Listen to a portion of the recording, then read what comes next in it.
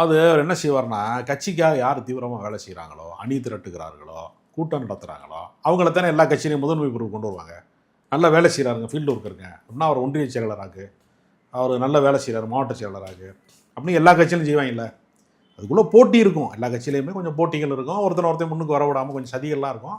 அதை தாண்டி வேலை செய்கிறவனுக்குள்ளே யார் அதிகமாக வேலை செய்கிறான், களப்பணி செய்கிறான், கருத்தியல் ரீதியாக யார் களப்பணி செய்கிறான், அவனை தான் முதன்மைப்படுத்துவாங்க எல்லா கட்சியிலையும். இந்த கட்சியில் என்ன செய்வாங்க தெரியுமா, அவனை முதல்ல காலி பண்ணிடுவாங்க, அவனை வரவிடாமல் பார்த்துக்குவாங்க. வேட்பாளர் பட்டியல்னு ஒன்று போடுவார், வேலை செய்யாதவன் பட்டியல் போனால் வந்துடும்.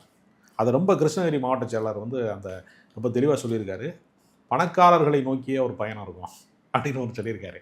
கரெக்டாக வசதியானவனை யாருன்னு ஸ்கெட்ச் போட்டு அவனை மட்டும் டாக்டராக இருக்கான், கோடீஸ்வரனாக இருக்கான். திடீர்னு ஒரு கட்சியில் தீவிரமாக வேலை செய்கிறவர்களுக்கான அடையாளம் இருக்கும்ல, அந்த அடையாளத்துக்கு அப்பாற்பட்டவர்களை திடீர்னு கட்சியில் வேட்பாளராக அறிவிப்பாங்க.